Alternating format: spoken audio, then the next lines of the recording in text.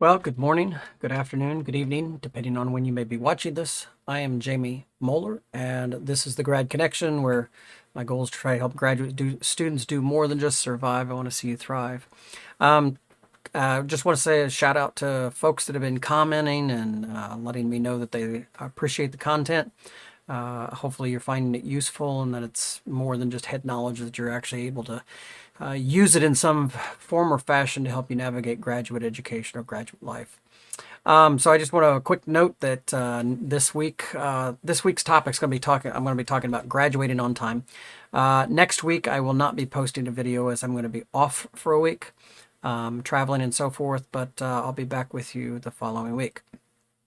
So we talk about graduating on time. This is actually a session that I deliver as a professional development workshop at Purdue. And I want to talk about some things that I've noticed relative to graduate students and trying to help them navigate graduate education. It's going to be somewhat particular to Purdue, but I think even if you're not at Purdue, you're probably going to be able to maybe garner some things that are helpful. First and foremost, I would say most students don't graduate on time because they don't plan to graduate on time.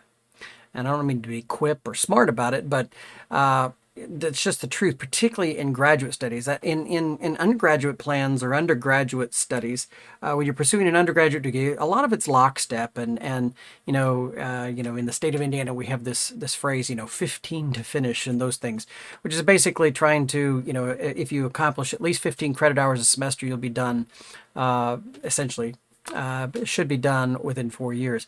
In graduate realm, we really don't have such a thing, and it's hard to measure because there are so many variations from different degrees. So you really have to take the matter into your own hands. You have to make a plan, and I know there are several impediments to creating, a plan of study and kind of charting a path. But that's no excuse to not create something that you're shooting for. Certainly, if you're not shooting at anything, you'll hit it, as the old saying goes. So most students, one of the things I try to do is when I'm working with graduate students, particularly in that first semester, if not second, but it's never too late to create a plan, is to sit down and create a plan. And I'm going to share a template that I use. It's very simple, but I think it's effective in trying to help you set up such a template. So I'll show that here in a few minutes. Second thing is within most graduate studies, at least at Purdue, at most graduate studies, you create an electronic plan of study. That electronic plan of study is directed or guided by required courses that you might be required to take within your department, electives or technical electives, and there's lots of different names for those things. Research credits that you're taking. Some degrees may have clinicals that you have to do, clinical rotations and those kinds of things. But essentially, the plan of study is the tool by which you kind of lay out all of the things that you're going to do, particularly courses. And the plan of study is supposed to be a plan of study, not a record of courses taken. Now, I understand that in some cases it ends up just being what you could get. And there are a couple barriers to being able to create a plan of study. First of all, course availability, right? Making sure that the courses you want are available. That they're, that you're going to be able to get in them, making sure that, you're not restricted from being in them and those kinds of things. Second, and this is a particular challenge at Purdue, is determining future availability. If you're a Purdue student, really the only way that you can determine future availability is by going into My Purdue and looking at the past. Likely, if you see a course that's offered in a spring, it's probably going to be offered in the future in the spring. If it's offered in the fall, it's going to be offered typically in the fall. If you have one that's fall and spring, you're probably going to be able to catch it in one of them, if not both. One of the biggest challenges is summer offerings, because that's one area where you can't always be guaranteed, particularly discipline courses. I mean, some of your, what I would say, core courses or required courses, oftentimes those are offered in the summer, but again, it's kind of a crapshoot. So determining future availability is difficult, but still no excuse for not at least trying to come up with a list of courses. And some of this you may have to work with your advisor, but a lot of times the advisors, aside from the core courses, they may direct you to some specific courses, but there may be a lot of flexibility and freedom that you have, and so you have to kind of go through and pick. So course availability, future course availability, and the last is who your faculty committee is going to be. And that's particularly challenging for new students, because usually you may only know your chair or advisor. At Purdue, the chair and the graduate advisor are typically the same person. And that person typically works with you throughout your course of study. all the way through the end of your final examination. But one of the things that you can do as far as kind of trying to figure out what faculty to have on your plan of study at Purdue, master's plans of study typically have 3 faculty. PhD students typically have 3 faculty members until you get post-prelim. Once you're after the preliminary examination stage, then you add a 4th committee member. You can have faculty that are outside of the university. They have to be certified to be able to serve on graduate committees, and it's not a very onerous process. But a general philosophy is that for a person to serve on your committee, they have to have the degree that you're trying to get. And so there's if you're going after a doctorate that it requires a dissertation, people serving on that committee have to have a doctorate with a dissertation. If it's a doctorate without a dissertation, like a practitioner doctorate, so on and so forth, you have to have the degree, you have to have the credential to which the student is aspiring. But you can reach out, if you're at Purdue, you can reach out to me as far as how to get external members certified. But nevertheless, choosing your faculty members, the first place to start is with your major advisor and find out people that they would recommend to be on your committee, given kind of what you're thinking about as far as your research or the kind of the direction of your degree. Now, most of the time, faculty are not going to say, hey, don't use that person or don't use this person. Usually, instead, they'll be like, well, I really have no comment on that person. So, I mean, kind of read between the lines as you're selecting your committee, because you certainly don't want to have your chair or advisor be on there and you get someone on there and there's some kind of political battle. You don't want to get caught up in all that crap. Another thing that I would recommend is to try to diversify your committee. I would recommend not having married couples on your committee or significant others on your committee, because that can create problems. And in some situations, that might not be able to be avoided, but if you can avoid that, do so. I would, if at all possible, not have co-chairs, have a single chair so that you have a single boss, as opposed to co-chairs, which you have 2 bosses, or even worse yet, having 3 co-chairs, which is an oxymoron in and of itself. I'm amazed by the number of times, I'm amazed by how often graduate students make life so much more difficult on themselves just by doing some of these little things. If you just simplify everything, keep it simple, life will be much easier for you. So, relative plan of study, if you can overcome those barriers, that's the big thing. Now, I said that I use a template, so I'm going to scoot my window over here a little bit. So I'm going to be kind of looking off center, which might look a little odd. But I want to be able to show the screen next to me, so I am going to do this so that I'm on screen left. And so this is a simple template that I provide to graduates, well, particularly the graduate students that I'm chair of, but I've tried to provide it to other graduate students as well, simply because it becomes a way that you can actually plan at least a little bit as far as kind of creating a plan for yourself. So the way this is set up, and there are 3 tabs, and it'll be hard for you probably to read. Right now I have the direct to PhD option. A direct to PhD is a PhD student that basically comes in with 30 credit hours from a master's degree, has to accomplish 60 credit hours for the PhD. Or excuse me, I'm totally messed up. The direct to PhD is one who comes straight from a bachelor's degree and basically has to accrue 90 credit hours. They typically go through a process of qualification, usually about 1.5 years in. Qualifiers is sometimes what they're called, at least at Purdue. And then when their coursework is done, they have to do something called prelim exams. And then they do their final exam, which is their final research project. That's the direct, and that's the one that I have pulled up here. The only difference between each of these is the number of semesters that are laid out here, right? So an MS Plus, which is a PhD student that's bringing in 30 credit hours from a master's degree such that they only need to accomplish 60 credit hours to get their PhD. And then I also have a master's template. And so like the master's template, I'm assuming you get done in 2 years. So this would be, let's pretend this is a fall in which I'm recording this. So let's imagine that that's fall. This is spring. This is summer. This is the following fall. This is spring. And this is the final summer, right? And essentially the way this template is set up in all of these scenarios is you come in here and you plan the courses that you're planning on taking. Typically what I encourage students to do is any courses that are graded credit go here. Any research credit, could be also clinicals, rotations, other kinds of experiential things that are part of a degree, would go here so that you kind of see that. And then at the bottom, I have this EPOS, prop, and final defense. Essentially, this is where you would list, if like in this semester I was going to get my plan of study, my electronic plan of study, my EPOS done, I would note that here. If I were going to do a proposal defense, I would note it here. Right. And so each university probably has some different rules. Purdue has some specific rule, like for master's and PhD, the proposal defense and the final defense can't be in the same semester. For PhD students, preliminary exam has to basically, if you take preliminary exam here, there have to be 2 semesters before you can do your final defense. So in effect, it's basically 3 semesters after your prelim, you can graduate. Now, these kinds of things are the things that are important to plan for, because that's what can upset the apple cart as you're trying to get graduated. So I would encourage creating a plan. Like, this is the master's plan. And for Purdue students, I don't know every program out there, but if you're a Purdue student and you don't know how to create a plan and your major professor won't help you, reach out to me and we'll sit down for half an hour and I'll do my best to kind of cobble together. I'm going to have to expect for you to know the rules of your particular program. Of course, we can look some of those things up, but nevertheless, I can sit down and try to help you figure this out. Particularly with international students, that's a whole nother equation, because you have minimums that you have to meet each semester. And then further yet, I try to help, particularly with graduate students at Purdue. If you're paying out of your own pocket as opposed to being on an assistantship, it's even more important for you to plan so that you can actually try to minimize the cost of your degree.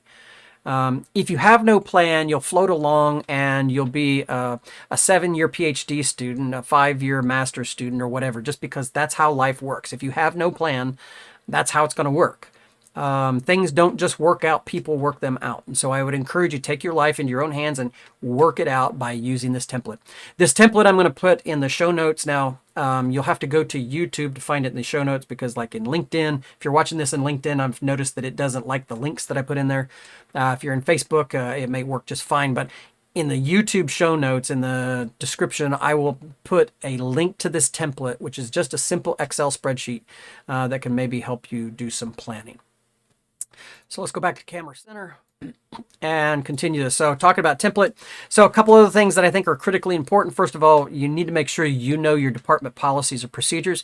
At Purdue, every department is supposed to have a handbook. Some departments do that as a PDF file. Other departments actually make the website itself the quote-unquote handbook. But nevertheless, the policies and procedures should be listed there. And one of the things to acknowledge, the things you should know as a student. This is a big thing, because I do a lot of academic policy work and those kinds of things.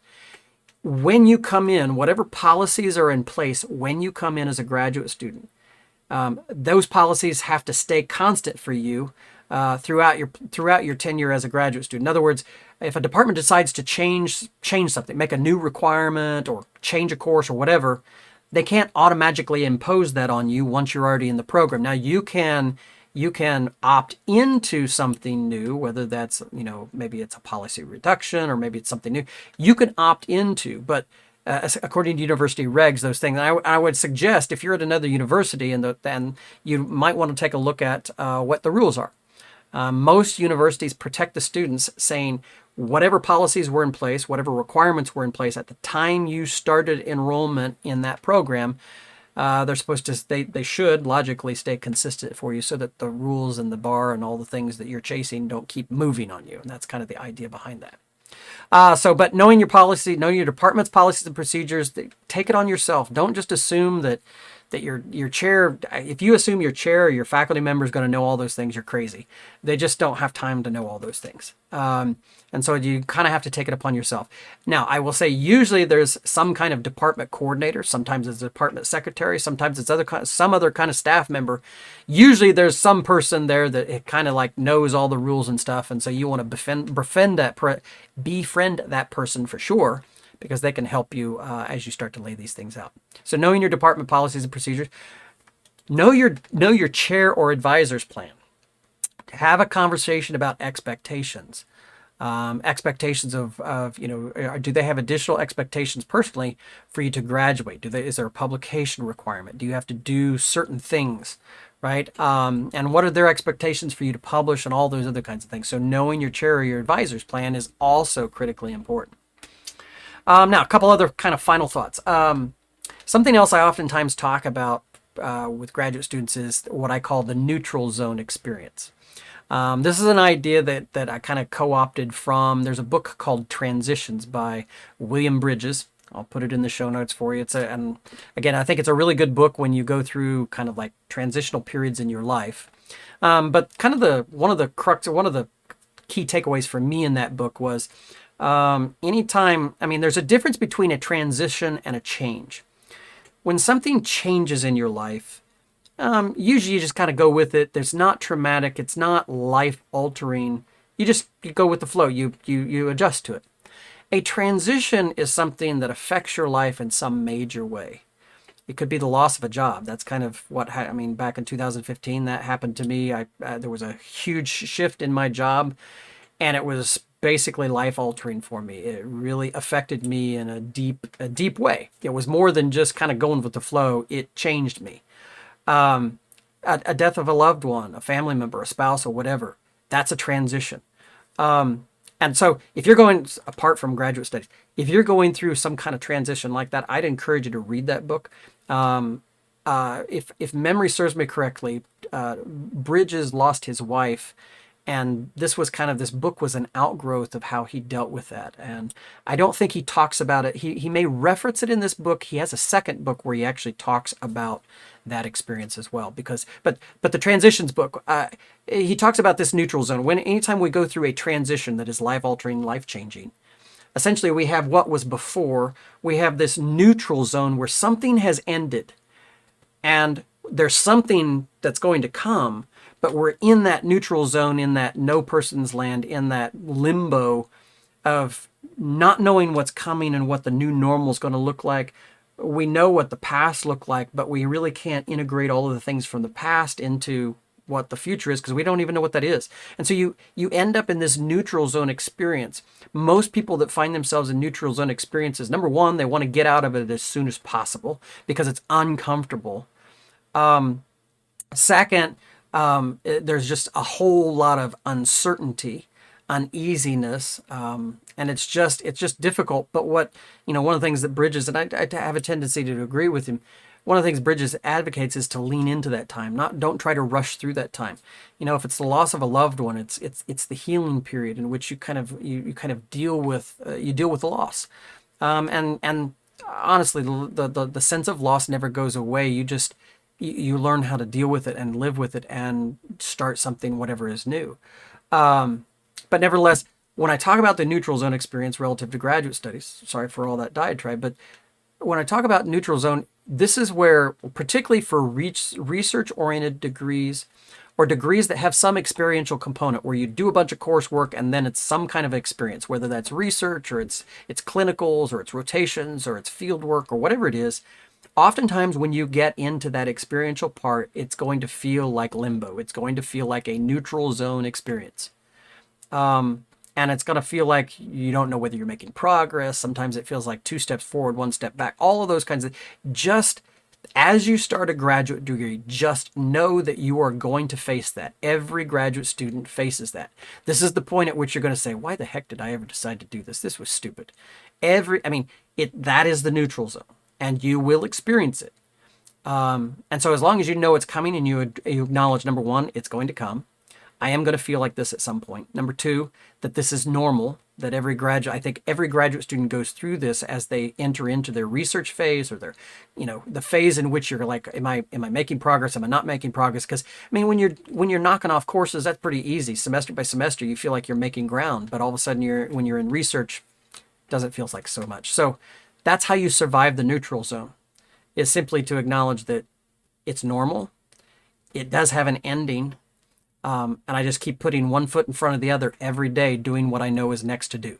Instead of worrying about just keep putting one foot in front of the other, making progress, even if that progress feels small. Another thing to talk about that I think the planning template helps you with this is kind of the balance of courses versus research or courses versus whatever the experience is. In a lot of graduate degrees, you can have, there's a wide variety of numbers of courses, and I think a prior video of mine, I talked about this, of the different type of degrees and how courses versus research vary. So just, you may want to consider that, and I think the planning template can help with that. And then the last thing I want to say is, just know that the exam periods in each of these kinds of degrees, whether it be a proposal defense, whether it be a final defense, whether it be a preliminary exam or a qualifying exam. Try to find out what the culture is in your department, what the expectations are as it relates to those things. As it relates to proposals, I'm very much an advocate that graduate students should have a formal graduate committee meeting in which you present your proposal with all your committee members present so that you can get everybody on the same page.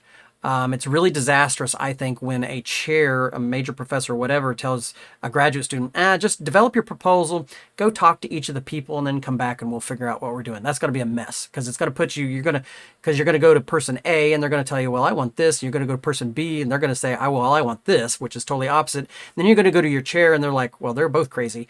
And now you're trying to navigate the politics of that situation. If at all possible, and I don't know what the culture is in your unit, but if at all possible, for proposal meetings for your research, certainly get people together face to face. It will make it go much more smoothly. As it relates to qualifiers, which are the way I'm defining qualifiers, it's like the early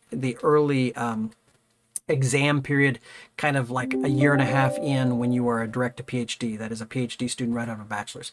There's a lot of variability what quals are. Sometimes it's a real exam, like testing you over course knowledge across a set of core courses. In other cases, it may be a paper. Find out what the culture is both for qualifiers and prelims in your unit so you kind of know what to expect. And then final defenses, same thing. I would have the conversation about what's expected. I mean, for my experience, and this is again at Purdue, for master's degrees, typically proposal meetings are about an hour and a half, not that you go that entire time. Final defenses for master's degrees are usually about an hour and a half. Usually in both scenarios, I tell the master's student to plan for about 30 minutes to 45 minutes of presentation, and then the rest will be Q&A. Qualifiers, I've never walked, the type of PhDs that I've worked with, I don't do direct PhDs, so I can't really comment on that. Prelims, on the other hand, preliminary examinations usually have an oral and a written component. And so for a prelim, at least and I'm not going to talk about the writing, all the writing pieces are all different, but the presentation piece, usually it's 2 hours, and it might be like 45 minutes to an hour of presentation. And then a final defense, or for a proposal for a PhD, probably a half an hour, 45 minutes for for the proposal meeting. The final exam, 2 hours, with basically a 45-minute presentation and then Q&A. Those are kind of some general guidelines because that's oftentimes something that's asked. But again, find out what the culture is in your unit, your department. Don't take what I'm saying for gospel. You really need to find out. So hopefully you find this useful, this how to graduate on time. These are just some initial thoughts. These are the kinds of things. Again, I can't create the plan for you. If you happen to be at Purdue, I might be able to help you along the way if you're having difficulty. But probably the best situation is for you to take your situation into your own hands and make your own plan. So with that, hope you have a great week. Hope you have a great week next week since I won't be posting a video. And drop me a line. Let me know how you're doing. If you're finding this content useful or if there are other topics that you would like me to cover, certainly let me know that. So have a great day. Bye-bye.